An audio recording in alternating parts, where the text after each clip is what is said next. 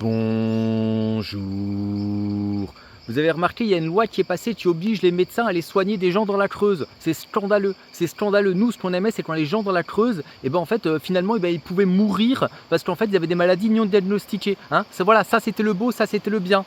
Alors du coup, les médecins s'organisent, enfin les étudiants en médecine, voilà, ils s'organisent, ils commencent à dire oui, on va faire grève, on va faire des choses. Mais le problème, c'est que les étudiants en médecine sont des petits bourgeois. Ils ne savent pas faire grève, hein, ils ne savent pas mener une lutte sociale. La preuve, ils sont là, ils font oui, mais regardez, on est exploité durant notre internat et notre externat. Et ensuite après on peut même pas vivre comme on veut et tout, on peut même pas travailler où on veut, vous vous rendez compte? Les mecs ils se disent pas oui bon on fait 60 heures par semaine, on est payé 2 € de l'heure et que c'est ça le réel scandale. Non, ils préfèrent dire que le scandale c'est qu'on leur dise voilà il y a quelqu'un qui va mourir dans la Creuse et bah tu vas le soigner. Voilà, ça c'est un vrai scandale monsieur. Pour les étudiants en médecine ça c'est un vrai scandale. Il pleut. Bon et ça tombe bien parce que pour tous les étudiants en médecine et pour tous ceux qui veulent apprendre à lutter c'est bientôt le 1er mai. 1er mai c'est voilà on part, c'est genre le truc de lutte sociale et tout, les gens ils manifestent, ils se font lacrymoser la gueule par les CRS, bon bref, le beau, le bien, la routine, une tradition, hein, voilà, c'est de droite le 1er mai, hein, voilà, faut-il le rappeler, c'est la fête du travail. Car oui, les traditions sont de droite. Ouais, je crois que j'avais pas prévu qu'il pleuve autant. Et afin de ne pas tomber dans les habitudes, afin de préserver vos petits yeux, je vous invite, pardon, c'est une invitation payante, enfin voilà, vous aurez compris, à venir me rejoindre le 1er mai au Club de l'Étoile à Paris pour une sélection de films autour du travail, enfin le 1er mai, le 2 mai et le 3 mai, parce qu'ici on est staccanovistes, ici monsieur on ne compte pas nos heures, ici monsieur on travaille mais bénévolement. Et oui, c'est ça le beau.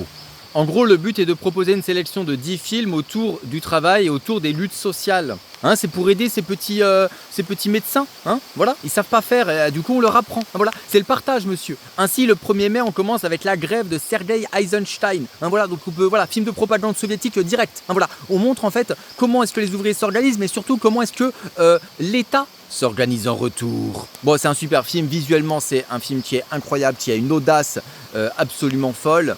Hein, on sent que c'est Eisenstein, qu'on est au début du cinéma, qu'en fait on peut tout se permettre visuellement, vraiment grand film. Le film suivant c'est Week-end à Sochaux, vous n'en avez sans doute jamais entendu parler puisqu'en fait c'est un film fait par des ouvriers. Hein, voilà, ça permet de voir en fait qu'est-ce que ça donne le cinéma lorsqu'il n'est pas pensé par des patrons mais lorsqu'il est pensé par des ouvriers. En plus c'est assez court, ça dure une petite heure. Vraiment voilà, un autre cinéma est possible, un cinéma autogéré, auto-organisé. Le cinéma n'est pas forcément dépendant des auteurs. Et la journée se termine avec Argent amer de Wong Bin. Wong Bin, vous savez, je vous en parle à tort et à travers. Je dis ouais, Wong Bin c'est formidable et tout. Le problème c'est que ces films durent des heures et des heures et des heures. Là, voilà, j'ai Argent amer. C'est presque un film supportable de Wong Bin parce qu'il dure 2h30. Donc voilà, c'est un film idéal dans le thème pour découvrir la filmographie de ce grand réalisateur.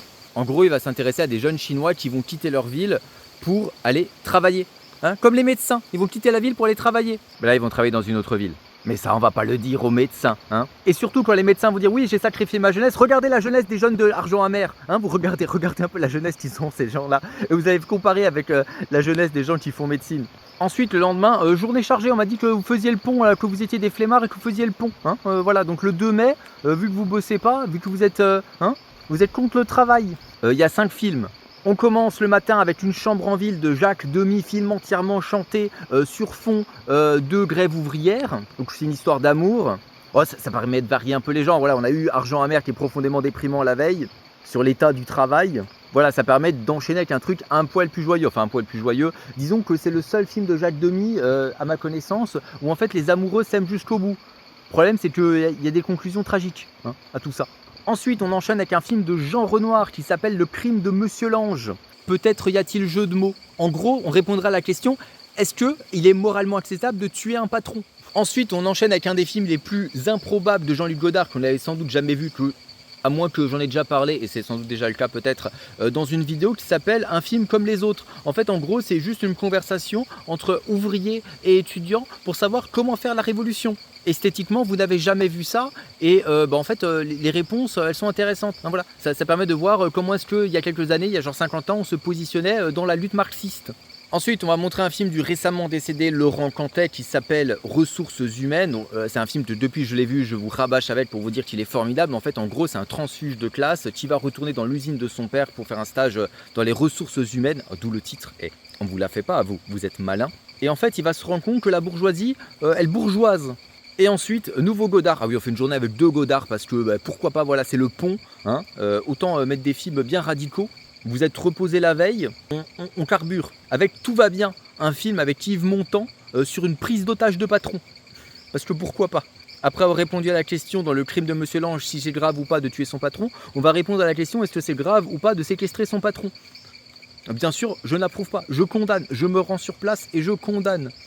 Et le lendemain, 2 films, alors il y en a un qui dure 3h10, je commence direct, c'est un wakamatsu. Et j'ai pas pris un wakamatsu rigolo, vous savez, avec des filles toutes nues qui se battent et tout. Non, non, on n'a pas pris ça. Là, on a pris le film de wakamatsu le moins rigolo qui soit. C'est un film inspiré d'une histoire vraie sur des étudiants qui veulent lancer une guérilla au Japon dans les années 60-70. Spoiler, ça ne tourne pas très bien. À la fin, ça finit en prise d'otage. Bon, blague à part, ce film-là, c'est le film le moins aimable de la sélection. Je vous dis ça pour vous donner envie. C'est-à-dire que autant Argent amer, c'est un peu long, ça dure 2h30, 2h40. Voilà, on montre le quotidien de l'élève chinois. Mais c'est un film qui est c'est encore appréciable. Voilà, on voit du quotidien, on apprend des choses, c'est un documentaire et tout. Là, c'est un film qui est mal aimable dans son essence même. C'est-à-dire que l'image, Wakamatsu, il est capable de produire des images sublimes. Mais là, non, là l'image, elle est terne. Elle est, enfin, il y a une volonté profonde de mettre le spectateur mal à l'aise. C'est personnellement l'un des films qui m'a mis le plus mal à l'aise de ma vie. Et je dis ça comme un compliment.